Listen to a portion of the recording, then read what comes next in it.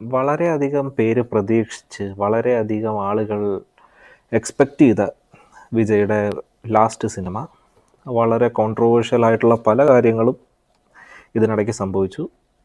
എല്ലാവരും വളരെ പ്രതീക്ഷയോടെ ഒറ്റുനോക്കിക്കൊണ്ടിരുന്ന ഒരു സിനിമയ്ക്ക് ദൗർഭാഗ്യകരമായിട്ട് എന്തൊക്കെ സംഭവിക്കാൻ പറ്റുമോ അതൊക്കെ സംഭവിച്ച ഒരു സിനിമ. ഇപ്പോൾ കുറച്ച് ദിവസം മുമ്പ് ആ സിനിമ ലീക്കുമായി. അതും വെറുതെ ലീക്കായി എന്ന് പറഞ്ഞാൽ പോരാ, ഫുൾ HD ക്വാളിറ്റിയിൽ ലീക്കായി. പലരും പല കാരണങ്ങൾ പറയുന്നുണ്ട് ലീക്കാക്കിയതിൻ്റെ പുറകിലെ റീസൺസ് ഒക്കെ. സിനിമ പല കാരണങ്ങൾ കൊണ്ടും ആളുകൾ പല രീതിയിലുള്ള പ്രശ്നങ്ങൾ അതിന് ഫേസ് ചെയ്യേണ്ടി വന്നിരുന്നു തുടക്കം തൊട്ടേ. ഇപ്പോൾ ഇങ്ങനൊരു അൺഫോർച്ചുനേറ്റ് ആയിട്ടുള്ള കാര്യം സംഭവിച്ചു. എന്തുകൊണ്ട് സംഭവിച്ചു എന്നുള്ളതിന് പല കാരണങ്ങളും പലരും പറയുന്നുണ്ട്. പല റീസൺസ്, പൊളിറ്റിക്കൽ ആയിക്കോട്ടെ അല്ലാത്തതായിക്കോട്ടെ. നമ്മളത് ഇതിൽ ഇൻവോൾവ് ചെയ്യുന്നില്ല. ഈ വീഡിയോയിൽ നമ്മൾ അതിനെ പറ്റിയിട്ട് അങ്ങനെ ഡിസ്കസ് ചെയ്യുന്നില്ല. സിനിമ പൊളിറ്റിക്കൽ ആണോ എന്ന് ചോദിച്ചു കഴിഞ്ഞാൽ ഞാൻ സിനിമ കണ്ടിട്ടില്ല ഇതുവരെ. ഇനിയിപ്പോൾ കണ്ടാലും എനിക്ക് അതിൻ്റെ റിവ്യൂ നിങ്ങളുടെ അടുത്ത് പറയാൻ പറ്റില്ല. ഒന്നാമത്തെ കാര്യം. കാരണം പല ഇഷ്യൂസ് ഉണ്ട്, കോപ്പിറൈറ്റ്സ് അത് ഇത് അങ്ങനെ പല ഇഷ്യൂസ് ഉണ്ട്. ഇപ്പോൾ ഞാൻ പറയുന്ന കാര്യങ്ങൾ റീസെൻ്റ്ലി നിങ്ങളെല്ലാവരും ചിലപ്പോൾ കണ്ടു കാണുമായിരിക്കും. പല റീലുകളും വരുന്നുണ്ട്, ഷോർട്സ് ആയിക്കോട്ടെ, പല മീംസും വരുന്നുണ്ട്. ട്വിറ്ററിലാണെങ്കിൽ പോലും ഇതിലൊക്കെ ആണെങ്കിലും. എക്സാണിപ്പം, പക്ഷേ ഞാൻ ട്വിറ്റർ എന്നേ പറയുള്ളൂ. മറ്റേതിനോട് അത്ര ഒരു താല്പര്യം എനിക്കില്ല, അതുകൊണ്ട്. അപ്പോൾ ട്വിറ്ററിലാണെങ്കിൽ പോലും പല മീംസും കാര്യങ്ങളൊക്കെ വരുന്നുണ്ട്. അതിനെയൊക്കെ ബേസ് ചെയ്തിട്ട് ഒരു ഡീറ്റെയിലിംഗ് എന്ന് വേണമെങ്കിൽ പറയാം. പക്ഷേ എനിക്ക് ആ വീഡിയോസോ ഇതൊന്നും നിങ്ങളുടെ മുമ്പിൽ ഇതിൽ കാണിക്കാൻ പറ്റില്ല. ബിക്കോസ് നിങ്ങൾക്കറിയാമല്ലോ, അത് അത്ര നല്ലൊരു കാര്യമല്ല. എനിക്ക് ഒന്നാമതേ അതിൽ താല്പര്യമില്ല. രണ്ടാമത് എനിക്ക് എഡിറ്റ് ചെയ്യാൻ മടിയ. എല്ലാം കൂടി എഡിറ്റ് ചെയ്ത് കയറ്റാനും എനിക്ക് വയ്യ, അതുകൊണ്ടാണ്. സോ അതാണ് മെയിൻ ഒരു കാര്യം. പിന്നീടുള്ളത് സിനിമ പൊളിറ്റിക്കൽ ആണോ എന്ന് മെയിൻ ക്വസ്റ്റ്യൻ. ഇപ്പം വന്ന ലീക്സ്, റെൻഡേഴ്സ്, അതിൻ്റെ ചില ഫൂട്ടേജസ്, ഇതൊക്കെ വെച്ച് നോക്കുമ്പോൾ 3 കാര്യങ്ങളാണ് മെയിൻലി പൊളിറ്റിക്സുമായിട്ട് ലിങ്ക് ചെയ്യാൻ പറ്റുന്നത്. ഒന്ന്, പുള്ളിക്കാരൻ്റെ പാർട്ടിയെ നല്ല രീതിക്ക് പ്രൊമോട്ട് ചെയ്തിട്ടുണ്ടെന്നാണ് പല സ്ക്രീൻഷോട്ട്സുകളും ഇമേജസും ഒക്കെ നോക്കുമ്പോൾ മനസ്സിലാകുന്നത്. സ്വാഭാവികം. പിന്നെ തമിഴ്നാട്ടിൽ ഈ സിനിമ എടുക്കുന്നതിന് മുമ്പുണ്ടായിട്ടുള്ള കുറേ ഇഷ്യൂസിൻ്റെ റിസംബ്ലൻസസ് അല്ലെങ്കിൽ അതിൻ്റെ ഒരു റെഫറൻസസ് സിനിമയിൽ വന്നു പോയിട്ടുണ്ട് പല സ്ഥലത്തും. അതിൻ്റെയും ഒരു സ്ക്രീൻഷോട്ട്സും കാര്യങ്ങളൊക്കെ വെച്ച് ഡീറ്റെയിൽ ആയിട്ട് പലരും ട്വിറ്ററിലും അവിടെ ഇവിടെയൊക്കെ ആയിട്ട് അതിൻ്റെ വിമർശിച്ചിരുന്നു. ഇപ്പോഴും അതിൻ്റെ റിവ്യൂസൊക്കെ വന്നു തുടങ്ങിയിട്ടുണ്ട് പല സ്ഥലങ്ങളിലൊക്കെ ആയിട്ട്. പലരും കമൻസ് ഒക്കെ ഇട്ട് തുടങ്ങിയിട്ടുമുണ്ട്. സോ ആ ഒരു കാര്യം. പിന്നീട് മൂന്നാമതായിട്ട് വന്നിരിക്കുന്നത് എന്താണെന്ന് വെച്ചാൽ, പുള്ളിക്കാരനെ പഴയ ചില പൊളിറ്റിക്കൽ ഹീറോസും ഒക്കെ ആയിട്ട് ഒരു കമ്പാരിസൺ അല്ലെങ്കിൽ അവരുടെ ആ ഒരു ലെവലിലേക്ക് പുള്ളിയെ എടുത്തു കാണിക്കാൻ വേണ്ടിയിട്ടുള്ള ഒരു അറ്റംപ്റ്റ് നടത്തിയിട്ടുണ്ട്.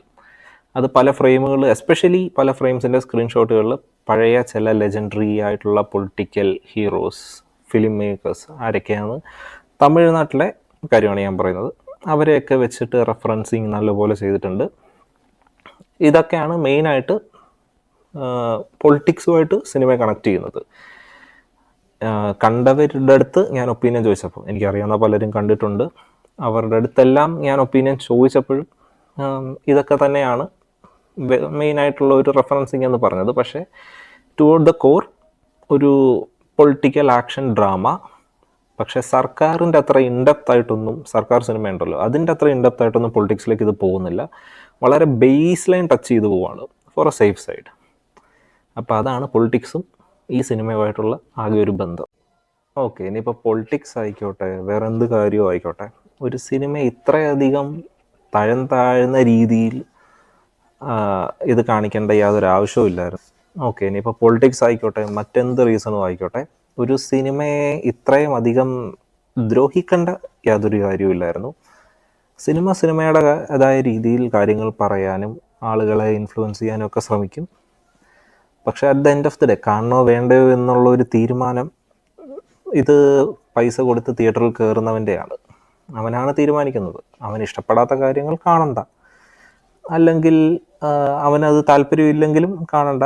പക്ഷെ ബാക്കിയുള്ള ഒരു ഗ്രൂപ്പ് ഓഫ് ആളുകളുണ്ടല്ലോ, അവർക്ക് കണ്ടു നോക്കട്ടെ, അവരഭിപ്രായം പറയട്ടെ. അവരുടെ അഭിപ്രായം പറയാൻ വേണ്ടിയാണല്ലോ ഇങ്ങനൊരു വേദിയും കാര്യങ്ങളും ഒക്കെ ഇപ്പോൾ നിലവിലുള്ളത്. പക്ഷെ അതിനൊക്കെ മുമ്പേ തന്നെ ഒരു സിനിമയെ ഇങ്ങനെ ഇല്ലാതാക്കാനുള്ള ഒരു നടപടി. പിന്നെ ഒരു കാര്യം, ഇത് നിങ്ങളുടെ കയ്യിൽ കിട്ടിയാൽ, അതായത് ഈ ലീക്ഡ് ആയിട്ടുള്ള സിനിമ നിങ്ങളുടെ കയ്യിൽ കിട്ടിയാൽ കാണണോ വേണ്ടയോ എന്നുള്ളത് നിങ്ങളുടെ തീരുമാനമാണ്. അതിൽ എനിക്കെന്നല്ല ആർക്കും ഒന്നും ചെയ്യാൻ പറ്റില്ല. നിങ്ങൾക്ക് കാണാം, കാണാതിരിക്കാം. എനിക്ക് തിയേറ്ററിൽ കാണണമെന്നുണ്ട്. ഒരു തിയേറ്റർ എക്സ്പീരിയൻസ് ആയിരിക്കുമെന്ന് തന്നെയാണ് ഞാനും പ്രതീക്ഷിക്കുന്നത്. പക്ഷെ കിട്ടിയിട്ടും കാണാതിരിക്കുന്ന ഒരുപാട് ആളുകളുമുണ്ട്. എനിക്ക് പേഴ്സണലി പരിചയമുള്ള ഒരുപാട് ആളുകളുണ്ട്. അവർക്ക് കിട്ടി, പക്ഷേ അവർക്ക് കാണാൻ താല്പര്യമില്ല, അവർ തിയേറ്ററിൽ തന്നെ കണ്ടോളാം എന്ന് പറഞ്ഞിരിക്കുന്നവരും ഉണ്ട്. സോ അതും ഫുള്ളി നിങ്ങളുടെ തീരുമാനമാണ്. നിങ്ങൾക്ക് കാണാം, കാണാതിരിക്കാം. പക്ഷെ കഴിയുന്നതും നിങ്ങൾ നിങ്ങളുടെ കിട്ടിയിട്ടുണ്ടെങ്കിൽ വേറെ ആർക്ക് ഷെയർ ചെയ്യാതിരിക്കുക, അല്ലെങ്കിൽ അതിൻ്റെ കോപ്പീസ് എടുക്കാതിരിക്കാൻ ശ്രമിക്കുക, അത് ഡിസ്ട്രിബ്യൂട്ട് ചെയ്യാതിരിക്കാൻ ശ്രമിക്കുക. അത് ഇല്ലീഗലാണ്, വകുപ്പ് വേറെയാണ്. അതിൻ്റെ പണികളൊക്കെ നിങ്ങൾ തന്നെ ആയിരിക്കും ഉത്തരവാദി, ചെയ്യുന്നതിനും എടുക്കുന്നതിനുമൊക്കെ. പിന്നെ ഒരു കാര്യം, അത് ഞാൻ പറയുന്നില്ല, അതൊരു ഫേമസ് ഫിലിം മേക്കർ കോട്ട് ചെയ്തതാണ്. വീഡിയോയുടെ എൻഡിൽ ഞാനത് ആ കോട്ട് അങ്ങനെ തന്നെ റിവീൽ ചെയ്ത് തരാം. നിങ്ങളത് വായിച്ച് നോക്കുക. ആ ഒരു ഡയറക്ടർ, ആ ഒരു ഫിലിം മേക്കർ പറഞ്ഞ കോട്ടോടുകൂടി നമ്മൾ അവസാനിപ്പിക്കുകയാണ്. നിങ്ങൾ തന്നെ ആ കോട്ടൊന്ന് കണ്ടു നോക്കുക. Okay, by.